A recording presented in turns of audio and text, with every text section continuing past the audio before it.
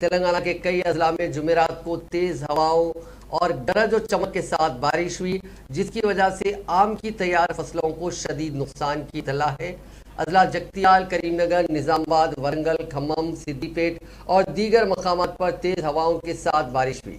جگتیال کے پرانے bus stand میں گلہ پلی روڈ پر تیز ہواؤں کی وجہ سے ایک درخت جڑ سے اکھڑ کر آٹو پر گر پڑا، تاہم اس حادثے میں کسی کے زخمی ہونے کی اطلاع نہیں ہے۔ اسی طرح ضلع کے رائے گل منڈل کے کئی مقامات پر تیز ہواؤں کے ساتھ بارش کے نتیجے میں آم کی فصل کو شدید نقصان ہونے کی اطلاع ملی ہے۔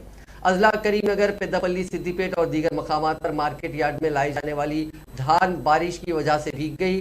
دونوں شہروں حیدرآباد اور سکندرآباد میں عوام کو جمعرات کو سہ پہر کے بعد اس وقت راحت حاصل ہوئی جب اچانک آسمان کو بادلوں نے گھیر لیا اور ٹھنڈی ہواؤں کے ساتھ اچانک بارش شروع ہو گئی، جس کا سلسلہ کافی دیر تک جاری رہا۔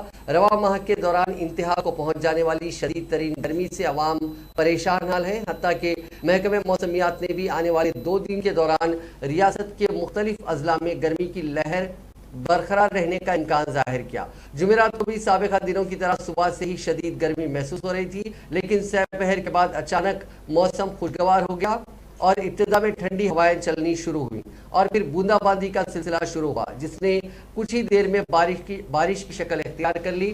شہر کے چند مقامات پر زبردست بارش کی اطلاعات بھی موصول ہوئی، تاہم کئی علاقوں میں معمولی بوندا باندی ہوئی۔ دونوں شہروں میں تقریباً کئی علاقوں میں کافی دیر تک ٹھنڈی ہوائیں چلتی رہی، جس کی وجہ سے موسم میں غیر معمولی تبدیلی رونما ہوئی۔